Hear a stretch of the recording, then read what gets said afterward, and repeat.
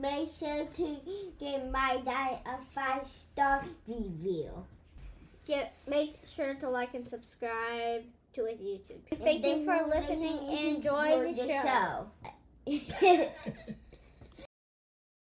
It was in 2007 when I escaped. We did not have language around religious trauma or deconstruction or ex-evangelical Christian nationalism. While I grew up steeped in it and I definitely participated in it in my marriage, it hadn't reached quite the national, structure that we're at today, where it's in the highest levels of our government. The villains and the players are still the same, so I knew it was coming, but, I was very focused on trying to develop a sense of self and trying to find out if I could even heal at all, if that was even accessible, because the message in 2007 was, if you're traumatized and broken, then you're going to always be broken. That's, you just need to accept that about yourself and make the best. If you can. And I didn't accept that. I do not want my hard story to be my whole life. Hey, welcome back, Faithful Politics listeners and watchers. I'm your political host, Will Wright, and I'm joined by your faithful host, Pastor Josh Bertram. What's going on, Josh? Hey, how's it going, Will? Yeah, it's going well. Thanks. And today we have joining with us Tia Levings. She is an author and advocate who focuses on life inside high control religious environments and the recovery that follows. Her work shines a light on the abuses of Christian fundamentalism and offers contextual insights into the realities of religious trauma. She wrote a memoir called A Well-Trained Wife, My Escape from Christian Patriarchy, which detailed her experience in a fundamentalist subculture shaped by patriarchy and strict authority, and has a new book, I Belong to Me. Let me see. I have it right here. I Belong to Me focuses on life after leaving, and we're just so glad to have her on the show. So welcome to Faithful Politics, Tia. Thank you so much. You are very welcome. And what's funny, or maybe it's not funny, I'm familiar with your first book, Well-Trained Wife. I'm convinced it's in this house somewhere. So when this book was sent to me, in my brain, I was looking for a blue colored book. That was similar to that figure on the front. I go to my wife, I'm like, have you seen a book by Tia Levings? She's like, I don't know. And I'm like, it's blue. It's got a blue cover. She's like, So, mission accomplished, because when it got designed, they wanted that visual association and you just demonstrated it. So thank you. Dang it. So whoever is in charge of that whole process, you need to give them a raise. But yeah, so you wrote a book, I Belong to Me. Yeah. So explain to us why this book was necessary, and what does this book accomplish that A Well-Trained Wife didn't accomplish? Yeah. So A Well-Trained Wife is my personal memoir of entrance and escape in Christian patriarchy. And the back 25% of it does include my healing process. That was a tribute to my editor, who was like, we need to see a connection between the woman who left and the woman that we meet online today, because at that point I was doing a lot of online advocacy for survivors and able to use my own voice and speak articulately. And, obviously I didn't seem like a recent escapee. So how did I do that? And how I did that was really a trailblazing kind of experience. I was in 2007 when I escaped. We did not have language around religious trauma or deconstruction or ex-evangelical Christian nationalism. While I grew up steeped in it and I definitely participated in it in my marriage, it hadn't reached quite the national, structure that we're at today, where it's in the highest levels of our government. The villains and the players are still the same, so I knew it was coming, but, I was very focused on trying to develop a sense of self and trying to find out if I could even heal at all, if that was even accessible, because the message in 2007 was, if you're traumatized and broken, then you're going to always be broken. That's, you just need to accept that about yourself and make the best. If you can. And I didn't accept that. I do not want my hard story to be my whole life. And I didn't want to be trapped in the past. And I didn't want to cycle through the same patterns and behaviors. And I also was shouldering way too much responsibility for what happened. I wasn't holding the system accountable, and I wasn't talking to other survivors. And so, all of that became evident during those 10 years of very in-depth concerted trauma therapy to try to reclaim my life.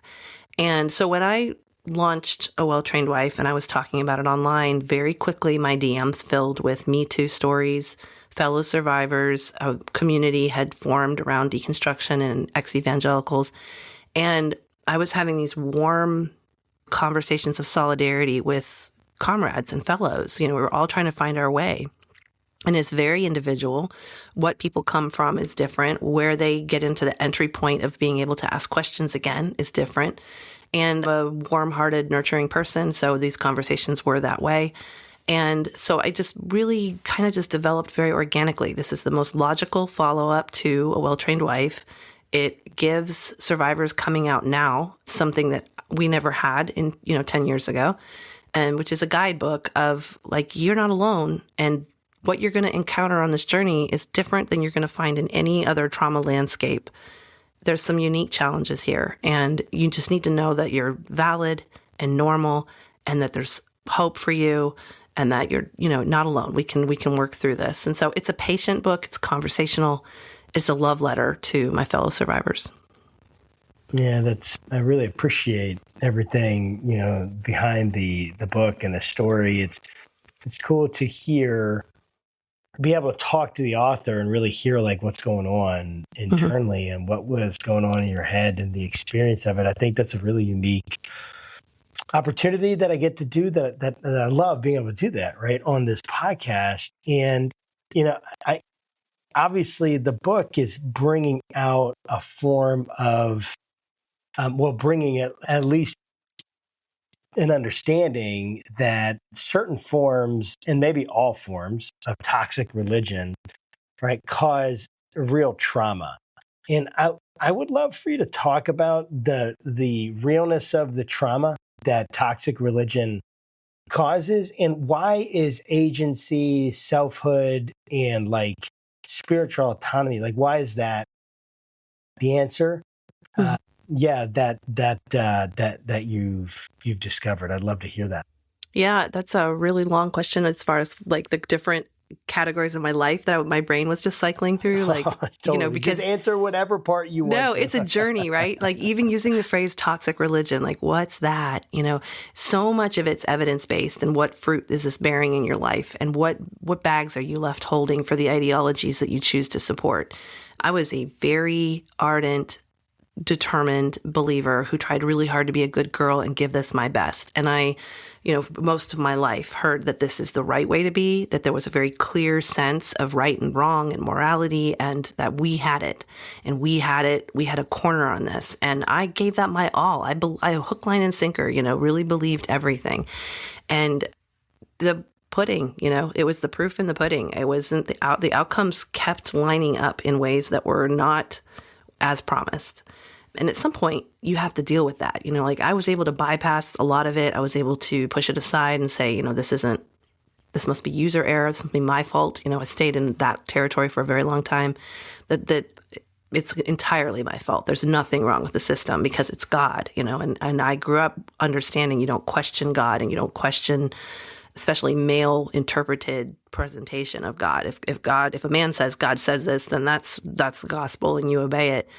And, I was not privy to the way the movement was changing over the past 50 years. I could feel this narrowing, but I thought it was devotion. And I thought that, everybody had the best motives, and I didn't understand political power growing up, and that, other than our benevolent wish for America that we would make this a godly nation and it would be better for everyone. And there would be some resistance, but they just needed to eventually agree with us and it would be fine. It alienated me from much of society and from balance and from nuance and health. And, when I encountered these issues, I wasn't pointed in the direction of a psychologist or, somebody who could maybe help me work through this. It was always back into this closed loop system. And we were really suffering from it. So toxic religion, I call that kind of graduate level deconstruction, because in the beginning I was just dealing with toxic relationships and I was dealing with toxic outcomes, and I had not gotten to a place where I could look at the system and the religion itself as a contributor. That's even with occult escape, because I really, really did believe that this must be our fault as a family and my fault as a person. And so, that's something I got to later when I had more capacity and I'd healed to a place where it's safe to ask those questions of the system and it's safe to examine it. And, we're supposed to be fruit inspectors. The Bible says that, but I didn't want to look at that fruit. I didn't want to, I didn't want to know there were more like me. It broke my heart, the idea that there would be more people who'd suffered through what I suffered. So yeah, all of that. And then coming out of it, realizing that a lot of people assumed the worst part to recover from was the violence, and it wasn't. It was that I had no sense of self. And so having to contend with indoctrination, the impacts of indoctrination on my young childhood through, that turned out to be the most difficult thing to sort through in healing. With your conversations with other survivors, are there similarities, structural, environmental, congregational, like things that you find other survivors are explaining or saying, like where they would tell you something and you would nod your head because you understand exactly what it is that they're talking about. Like, what are the common themes? Yeah, so it's funny because when you're in a movement, you don't necessarily know it's a movement. You don't really know that you're part of something. I knew that I was good Southern Baptist. I knew that I, had signed this covenant membership when I joined Doug Wilson's church plant in Tennessee. So I knew, some of these groups, there were people who had similar experiences because we belonged to the same group. What was more surprising was to see the patterns that crossed denominational lines. So understanding like the IBLP for example, is a big part of my early marriage story. And I was never a financial donor to IBLP. I never signed anything that said I joined this. They were just a force in my church, and I came under the mentorship of people who were proselytizing that. So it's surprising to pull back, 20,000 feet and see, oh my goodness, this was a national movement I was a part of. What? That's the power of people sharing their experiences and talking. And one of the biggest pieces of feedback I get from a well-trained wife is someone who says to me almost every day, I didn't have your exact experience, but I could relate, or I was on the same path. And without a few little turns, that would have been my story too. And we have these insider codes and, patterns that we recognize in one another. And that's what brings that fellowship of survivorship to it. The deeper stuff, the heavier parts of my story, I didn't know if there were others who had experienced the same things that I did. And I was very hesitant to say them out loud and to share them and to write them. And I had this idea that if I was going to reach just one woman in her kitchen who had maybe experienced the same thing, that it would be enough. I got that before the book was published just by talking about it online. So yeah, from big wide movements like the Southern Baptist Convention to the IBLP to, Doug's Covenant Reformed group and wife spanking, they all have, I'm not the only one, this is a movement and that's my work, is to uncover it by exposing it. But there's always solidarity. I mean, it's just it's laughable, and yet it's not, of course, right? I know. Because it seems absurd. Because it's so real. Yeah. And that there are actually people doing this is super scary. Yeah. Right. And it's this is it's just wild. And I would love to think about with you're very honest, right, about your story. Mm-hmm. And this, obviously, it's very autobiographical. Mm-hmm. And one of the things, though, that is interesting to me is that there's this combination of theology, culture, expectations that you grew up or that you're part of it. And it doesn't just it's not just ideas, right? It's these shape every part of your life. They shape your nervous system, how your nervous system reacts, how you're seeing and thinking about what is good and bad. And I would love to how did, even thinking about the shame, right? You describe it's not just shame around sexuality, right? But it's a reshaping of how you saw yourself in the mirror, how people see themselves in the mirror that go through similar things. And I would just love for you to talk about what happened in that shaping mm-hmm. that was so damaging, so that the people that haven't read the book, aren't aware of the story, they can hear it and they can go, oh, wow, I want to learn more about that. I want to understand that, because that's, oh my goodness. I can't believe that was happening. What was going on? You're really good at asking these multifaceted questions. And I love that, because it's not simple and it's not static. It's not one thing happened to me. This is a cumulative, complex issue complex PTSD is real, and you're touching on it. So one of the big things that you're describing here is that these ideologies all have practical manifestations. When a pastor preaches a sermon, he's a lot of times dealing with an ideology or a scripture, or a concept, a teaching, a belief, but it has to have a practical application in the home. This is where the 3-step sermon comes in, right? Here's your 3 steps. My pastor was very famous for that, Jerry Vines. But these practical manifestations are what women in the home are a lot of times implementing and doing, and teachers are trying to interpret. And so, it starts in my story with, I'm 4 years old, and this is the decade of my life where we were just cultural Christians. My parents weren't fundamentalists. We were, my mom went to a Brethren church growing up, so it was pretty strict. But we went Christmas, Easter, a few Sundays a year in between, and God was important. But at Sunday school, I learned that I was going to burn in a literal lake of fire, and I needed to make prayer of salvation, to be saved. I didn't understand, because I was 4, I was a baby, that I was making the spiritual decision for the rest of my life. And that if I ever questioned it or stepped away from it, that would be seen as, sin, a backsliding, disobedience. That's a tremendous amount of weight to put on a 4-year-old's shoulders. I was also precocious and intelligent. I was already reading. So I internalized deeply the guilt that I was responsible for something as bloody and heinous as the cross as a little child. It was traumatic to me to hear that and to understand that something I did put Jesus on the cross. And then to that, we moved to Florida when I was 10, and I'm in this mega church culture, and I'm very quickly steeped in strict purity cultures, evangelism. This way is the right way, the wrong way. This is your whole world. You should not be friends with lost people. You're there to evangelize. This is your path. And by the time I'm 18, you have one outcome. You're to be a Christian wife and mother. And so your future's foreclosed on. You don't have any more possibilities. This is it. And I happen to want that for myself. I wanted to be a wife and mother. I didn't think that was the only thing I could do, but I didn't not want it. And that personality trait in myself, this feeling like I am high capacity and I can do many things, shows up a lot in my story of I don't have a problem with what you're telling me. I'll do it to the best of my ability. But I think God's big and expansive and loving, and I want both. And I didn't think that was incompatible. But they were telling me eventually, that is very incompatible. There's only this you can do.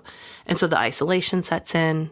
Slowly over time, your ideologies are narrowing, because what my husband was doing, my very devout husband, he was looking for answers from the Bible and from his spiritual leaders on how to be a godly husband and father.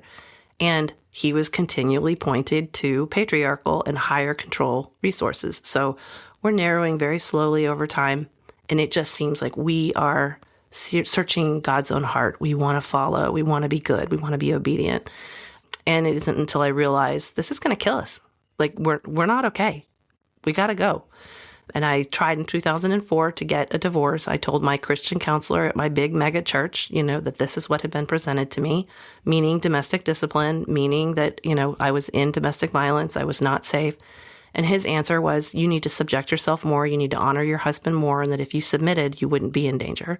So wow, when your church hasn't got your back, what are you going to do? It would be another 7 years before I would break free, 2004 to 2007.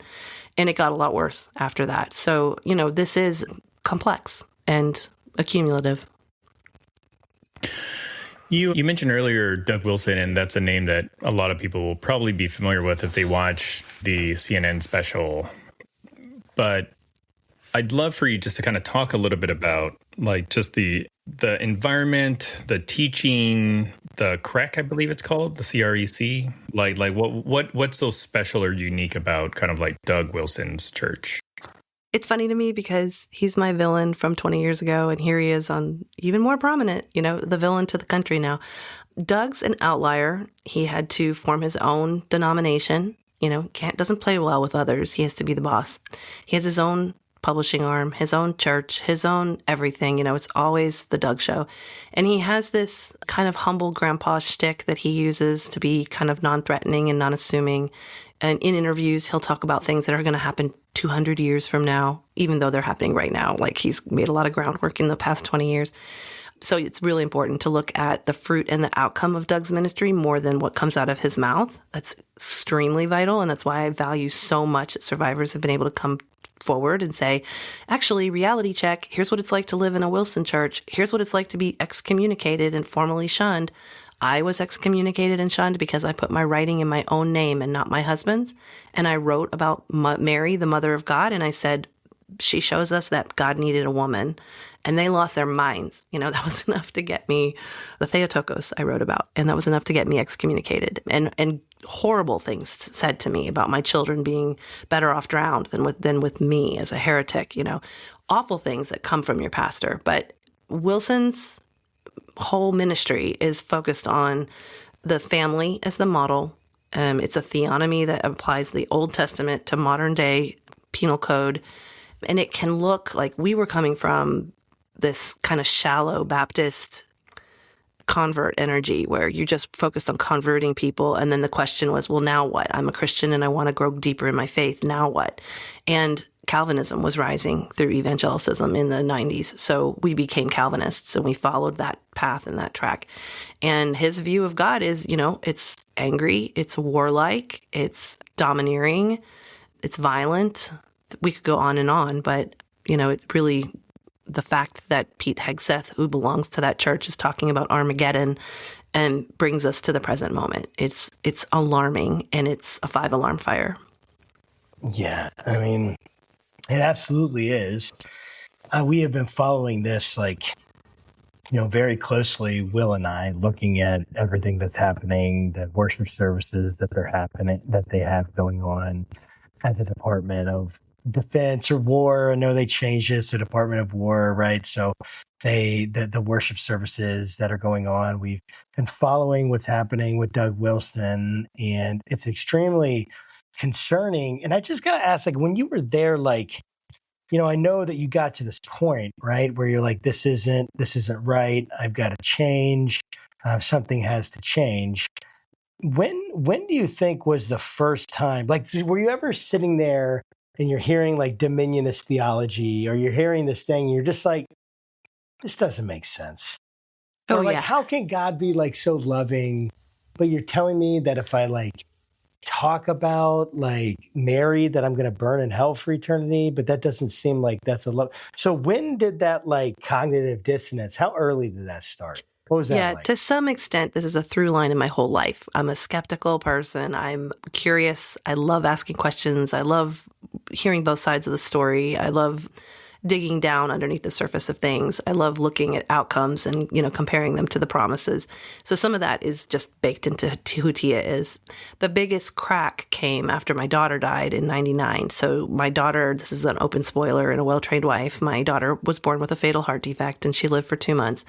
And we were in the process of converting to Calvinism during that time. So the conversations that were being had around me were about infant baptism, predestination, election, and they couldn't agree. Was my baby burning in hell? Was she elect? Because Doug has a line where he talks about non-elect fruit can't come from an elect tree kind of a thing. And so the idea that there was a lot of pressure on me to grieve for a set amount of time and then get back to it. I was supposed to have more babies, get back to being a quiver full, get back to raising an army for God, get back to, counting God for my blessings and being thankful that she was taken. And I was a long time from being able to process any of that. This cracked me open and I was not able to be the same person I was before her. And I didn't want to be. I didn't want to act like my daughter just didn't exist, which is what it would have taken. And so mentally, my skepticism really cracked at that point. I was like, I'm not believing everything I hear hook, line, and sinker anymore. I am starting to have these little internal arguments. But I had this idea that I'm a can-do kid and I can think my way through this. I can make our family really happy. I can lean into, Doug Wilson has a lot of zeal and lust and feasting, and there's alcohol and cigars and Kierkegaard and, big books. And so there's a lot of zesty living. And I thought, I can really make the most out of this and live a joyful life for God. And so we did that. And that's what really led through the next 7 years of this embrace of headship and the family and really trying to make the most of it and live this full dynamic life. And it still failed and faltered and still divulged into this, like, just disintegrated into this high control situation where we were dependent on the church to tell us everything. This external power structure was so strong. And I talk a lot about people getting out sooner than I did. I really waited until it was life or death. I waited until I was almost killed. My children were almost killed. If we didn't leave that night, we would have died. I don't recommend that to anybody. I'm like, the signs were there. I was just in despair that year. My husband had a 7-month period where he was experiencing this long, extended mental breakdown and eventual psychotic break. And I, too, was in despair of God. Like, if God doesn't know me, if there's nothing special about me, then why am I here? Why am I doing any of this? I could be anybody, I'm body parts at this point. I'm a womb, I'm hands, my children don't need Tia. And so it really caused a crisis of my faith. And that, I had nothing left to give it. I had no steam. I had no fuel to give an ideology anymore. And it needed my humanity cared for. And they did not care. Their humanity to them is disposable. You're going to die anyway. That whole worldview, this is its natural conclusion. And so that's what I was living with. And I realized I wasn't willing to die for it. That's what it came down to. How much was theology used to, achieve like obedience for women, or was it just more, this sort of we're a bunch of men and women are, whatever, I'm curious, was theology used more than the patriarchy, or were the two inseparable? Both and. That's a great question. For the most part, everything has a scriptural backing. There's a lot of cherry picking happening. But then if that, expires or just doesn't cover it, then you always have just what your husband said. You need to just submit to your husband. And so those conversations come up when women agonize over, my husband wants me to do something that's actually a sin. Should I do it? And then the advice is yes, because submitting to your husband can cover that sin. He'll be saved through your obedience and your sweet spirit, which is also a scripture verse. So it's it always comes. It's a circle. How did they explain the logic behind that? Did they ever explain? If if someone's sitting there and they're like, well, you have to obey your husband because the Bible says that you're going to have a sweet, spirit. But you go and you're looking at it and it doesn't look like it makes sense, from the context or whatever, when you're looking at the scripture.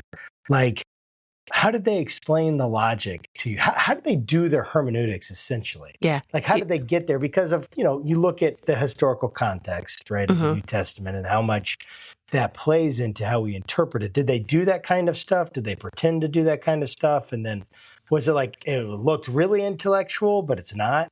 What did they do? How did they work through that?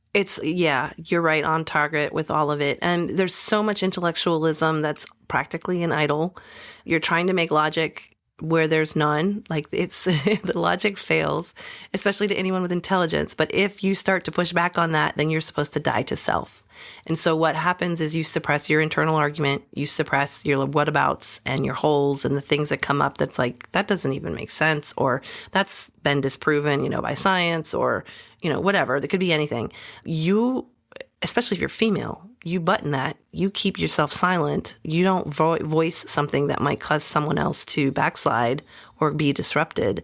And you're supposed to have that conversation with your husband, who's going to tell you, honey, you're worrying about this too much. Let it go. I'm right. You just need to. And Doug Wilson is very consistent in all his cronies. This isn't just the world of Doug. There's a network here.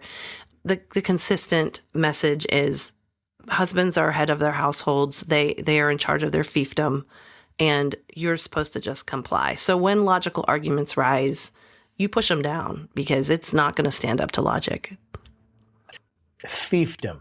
Yeah, his whole thing is built on this crusade. Did you see the AI meme yesterday where they had actual crusader outfits in front of the Capitol? It's the Vision Forum catalog brought to life. It's horrible. It really is horrible. So how do you basically tell the difference between when like it's like a biblical self-denial, right? Mhm. Like self-denial is not a bad thing always, right? I mean, Right. we want to teach our kids discipline. We want to teach our kids self-denial. We want to teach our kids to control themselves, things like that. Mhm. And yet there's obviously a place where it crosses this threshold. How did you distinguish that? Maybe help us understand Mhm. good self-denial, good discipline versus what they're doing that's just like self-eraser or erasure. It's abusive. How even make more clear the difference between those two things? I can tell you how I do it in recovery. I look at impact and capacity. So maturity, in maturity, we're not going to center ourselves all the time. We're going to defer. We're going to care for the least of these and care for the unrepresented and the minorities and the people who are hurting. And in our healthy selves, we have the capacity to do that without self-destruction. But if we are in a situation where it's actually destroying us to do this, it's actually weakening us beyond what we can handle, that probably is a signal that someone else needs to take that weight, or I need to step back and care for myself. I am not going to allow myself to be destroyed by either someone else's need or this message that I'm just a consumable resource that doesn't matter. That's the martyr syndrome, and that's where it kind of swings out of balance in these groups. That's like you're kind of supposed to align with that martyr idea, and suffering is glorified, but that the fruit of that is not consistent even with Jesus. Like Jesus is love and expansion and growth and giving and generosity, and you can really do that the best when you are cared for and when you are, cared for yourself and you have resources. So, kind of it's a flip. I'm not suffering to drain to annihilate myself. I'm nurturing myself so that I can then give and be generous and understanding my limits. This is also like really important when you're living in community. It's okay to share the load. Like there's no requirement that I need to burn myself out when there's a perfectly fine helper right here, who can take some of this. It's a little counter to patriarchy, but it's much more sustainable in the long run. Oh, I'm curious about your journey to find yourself in your identity, because I'd imagine for so many years you were practically given your identity. People told you who you had to be, what you believed, where you went, so on and so forth. And now you're an icon of strength, of just being a strong woman and taking life by the horns and showing it who's boss kind of thing. And I'd love to just hear kind of like what that journey was like. So, you went from one person named Tia to the person you are today named Tia. Yeah. and that was probably a journey that, you would love to see more women take. So help create the roadmap. I love that. So, when I got out, I was 33 years old. I looked like an adult. I had 4 children. I had to convince the court that I could be a responsible parent for.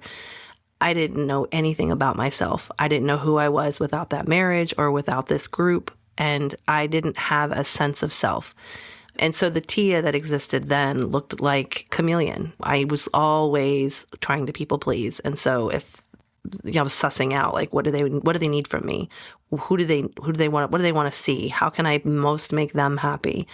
And, skillful people can recognize, when someone's not standing in their selfhood, they have no healthy sense of idea, of who they are. They can't protect other people because they can't protect themselves. They have no boundaries. They don't have preferences and know what they want, so that they can't also shield from what they don't want.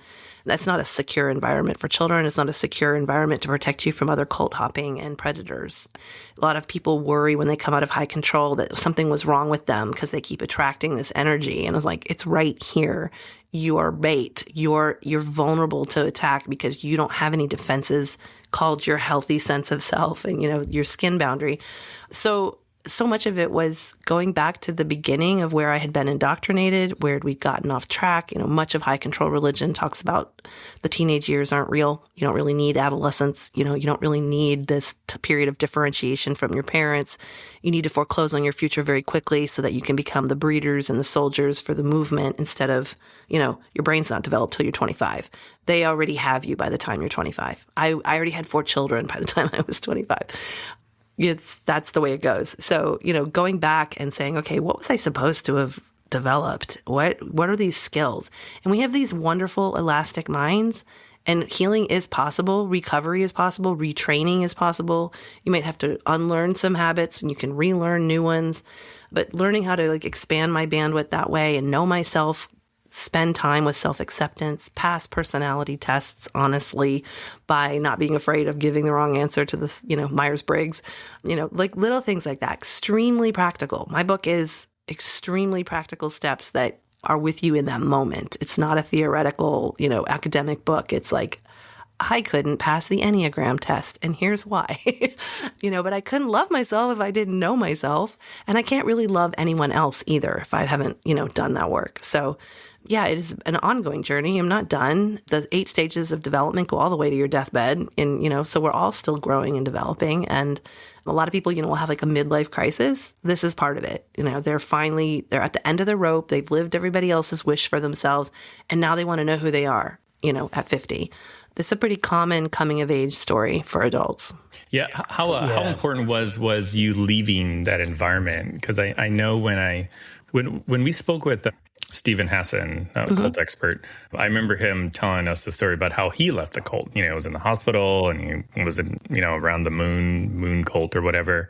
And that was kind of the beginning of his process. Did you find once you've left that environment, there was no other influences on you? Oh, I wish. If I have regrets, it's a lot of the things that I decided in those first 3 to 4 years of recovery, which I really look at the aftermath of a tremendous shock. My entire life fell apart. I lost so much in 2007 and really had to start from the ground, sometimes in the negative numbers, to rebuild.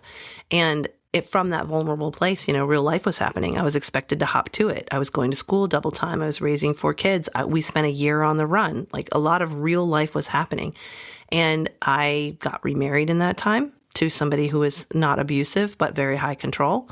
I joined another parenting group that was very high control, but it said it had all the answers and it was validated by the police force. So I was like, okay, must be right. I was still co-opting my power and my agency. And I made a lot of mistakes in those early times. So I have a lot of grace for people who are coming out of cult breaks and shocking things because they need a lot of protection. They're asked to make major life decisions, again, from a very vulnerable, wounded place because our culture is so capitalistic and rushes people back to the game, and they're not ready. They haven't healed. And so, yeah, if I have regrets, it's from the things that I decided then that actually had, it was another layer of leaving and another layer of deconstruction. It took me longer to get out. And some of those situations, they unraveled over time, because I hadn't gotten to a place where I could call it or stand in my power or anything. I'm not like some sort of badass warrior. I'm just Tia. I've been through shit and I try to live a humble, gracious life. And I'm telling this hard story because it came from my country. It was a very real, oh my God, this is going to scale up. And I'm one of few who can write about it, talk about it without hurting myself, and I can convey it to people who need to hear it. So I felt a responsibility towards it. But I hope this has an endpoint. I hope I get to go write novels and and have, a quiet life. I'm just a barefoot girl, This wasn't what I dreamt for myself. Yeah, I imagine that it isn't. And,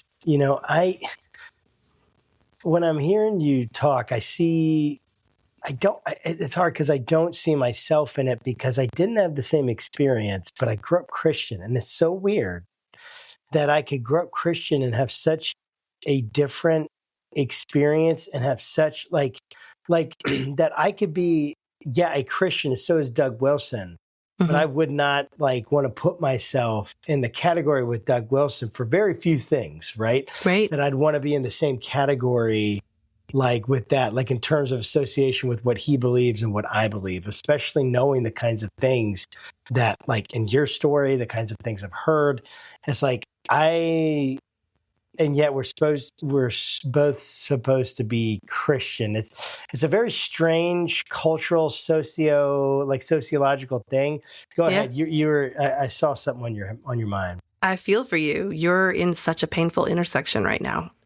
Because really not all Christians, but the only criteria to call yourself a Christian is belief in Christ. And they do, and you do, and a lot of other people do.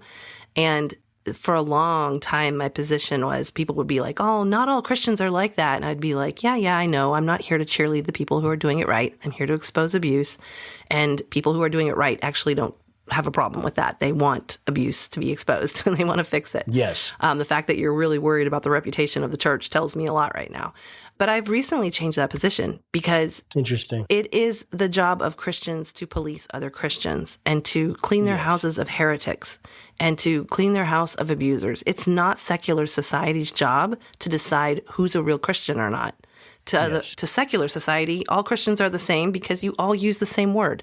So unfortunately, this word has changed over time, and there are different definitions of it, and it really is the house's job to decide what that is. I wouldn't want outsiders to be deciding, like what to call you. You should decide for yourself what to call you. Yeah, no, absolutely. Yeah. And I think we have done that, right? We've spoken out against this. We've said, because of my issues with ever making a claim as to anyone's ultimate, like, destiny, being like, I am not a judge, and I don't want to judge people's ultimate destiny. I want to do the best thing I can to expose them to what I know is love from God. Mm-hmm. But, that is just one voice, right? And it's one voice that hopefully affects other voices and other people. And there's not that much of that happening right now. And I would love for you to help, like, what's probably one of the biggest things, like, because I grew up in a Christian home and it's so different from you. So it's like the difference almost between a high control and low control environment. It's almost like I think about the difference between libertarian, authoritarian. Politically, we've had some political scientists come on to talk about almost like a horseshoe shape where it's really left, right. That's fine. That's not nearly as big of an issue as libertarian versus authoritarian. Mm-hmm. And it kind of seems like that's the biggest difference. One of the biggest, not beliefs are big things, right? But probably one of the biggest differences between me and Doug Wilson is he thinks that we should force people to do it, where I do not think that. Right? Yeah. So libertarian versus authoritarian. And I guess, what do you want? What's one of the biggest things that you think is misunderstood for guys like me or grew up in my context and they hear you and they're thinking they haven't, I've been able to talk to a lot of people, experts on Christian nationalism, actually see its dangers and its idolatry. But a lot of people are like, Christian principles, that's what I grew up with, and I really don't see the issue with it. So what are they missing? What do you want them to hear about these high control environments and what's happening right now that they need to be like, no, this is very concerning? Yeah, I always think it comes back down to fruit. And outcomes. You're hearing the outcomes of it, and that's what's giving you pause. They are not hearing it. They're hearing the ideals preached. They're hearing the virtues, the promises. In their environments, truth stories, reality checks are exiled and pushed away, and people are silenced, and they're kicked out, and they're shunned. And so you don't get a balanced view of okay, well, here's this ideology that someone's promoting. What is it really like to live that way? This is actually the first time in history that we have the consumer reports for being a Christian nationalist a click away online. The survivors are right there. This has never been the case before. The internet has given us this. You can find out what it's really like to live this way. And so no hate on people who only hear the ideals. They're beautiful. The tradwife ideals, the Christian nationalist ideals, the stories that Doug tells, they're structured, they're comforting, they're all God-ordained, they sound intellectual and fine. And I understand the appeal, especially in a chaotic time. It sounds like this is reasonable. And I just come back to the outcomes, like listen to the people. If there's a survivors from a movement, then you need to really have some pause with that movement. But the high control versus low control, I think, is really important too, because I encounter this sometimes with people who have no religious baggage. They're like beautiful unicorns to me, but also the idea that they could just have a positive faith. And that fruit is always really fascinating to me when they believe that God is actually expansive and loving and gracious and a positive form. Why would anybody have a problem with that? And that's a valid fruit of a particular kind of Christianity. So again, it's the user experience that's important to me. Parents, like I raised my kids with God, but I raised my kids with science and research and balance and health and forward thinking too. I raised them to be critical thinkers and to examine all sides of a situation. God's not threatened by that, God's big God. He can handle people asking questions. Otherwise, it's not really something worth believing in, So it's always about fruit for me. Right. Earlier, when you talked about religious trauma, you used the word PTSD, which is a term that I think resonates with some people. For me, especially because I'm a veteran. When I got back from Iraq, I was afraid of like cardboard boxes on the side of the roads. Mm-hmm. Long story. Yeah, no, I get it though. But for somebody that's gone through religious trauma, like what are some of the signs, symptoms, triggers that haven't? I'm laughing because they're just everywhere. And I had to flip the way I look at triggers because some people really get avoidant with their triggers. They want to avoid them because of the pain it causes. And it's so understandable because it's a cacophony of real physical symptoms that overtake your entire system. And it's so hard. But I have to look at triggers as information that there's something there that I need to pay attention to. So when they come up, which is inevitable because it's in every day, I have real practical physical steps I go through in order to help my system regulate so that I can retain a sense of reason and perspective. It is pretty constant. I mean, I can be listening to like yesterday Pandora and all of a sudden it starts playing Christian music and I'm like, what? Why? Or, I go into the store and they're piping it in or, it's Easter season. So literally the cross is everywhere. The cross is really traumatic for me. I would rather focus on why Jesus lived than how he died. He died because of when he was and where he was. And I don't want to elevate that. And the gory details they're hard for me, but they're also everywhere, so I can't like live a life that avoids pain. I need to have tools and capacity in order to contend with it and to understand it and educate about it. I really hope I've had an impact in parents teaching their 4-year-olds about crucifixion. I really do. Because there's a lot of survivors and a lot of evangelicals who are like, hey, that really fucked me up. You can't tell a 4-year-old that. You're giving them nightmares for life. So, it's that kind of thing. I really appreciate you saying that because I think that this is me trying to turn a serious moment into a joke. So forgive me for a moment. It's okay. We laugh our trauma out too. It's important. A Challenger exploding. I remember watching that on TV. Yes. Yes. I'm like, we watched an entire team get murdered, die. Yes.